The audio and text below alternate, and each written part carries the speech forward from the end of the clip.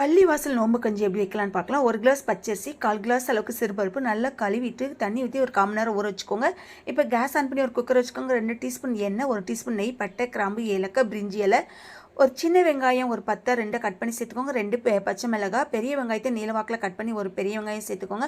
1 teaspoon இஞ்சி பூண்டு paste, ஒரு சின்ன தக்காளி, 1/4 டீஸ்பூன் வெந்தயம், மல்லி இலை, புதினா இலை ஒவ்வொரு கைப்பிடி சேர்த்துட்டு நல்லா மிக்ஸ் பண்ணி கொடுத்துட்டு 1/4 டீஸ்பூன் அளவுக்கு மஞ்சப்பொடி, 1/2 டீஸ்பூன் வத்தப்பொடி, 1/2 டீஸ்பூன் கறி மசாலா பொடி, கொஞ்சம் உப்பு சேர்த்து நல்லா வதக்கி கொடுத்துட்டு இப்போ ஊற வச்ச அரிசியையும் தண்ணி எடுத்துட்டு நல்லா சேர்த்துக்கோங்க. இப்போ ஒரு 5 கிளாஸ் அளவுக்கு தண்ணியை சேர்த்துட்டு குக்கரை மூடி வச்சுட்டு ஒரு 5 விசில் வந்தோடனே இறக்குனீங்கன்னா சூப்பராக நல்லா கொலைய வெந்திருக்கும். இப்போ விசில் அடங்கினப்போ நல்லா திறந்துட்டு கிண்டி கொடுத்துக்கோங்க.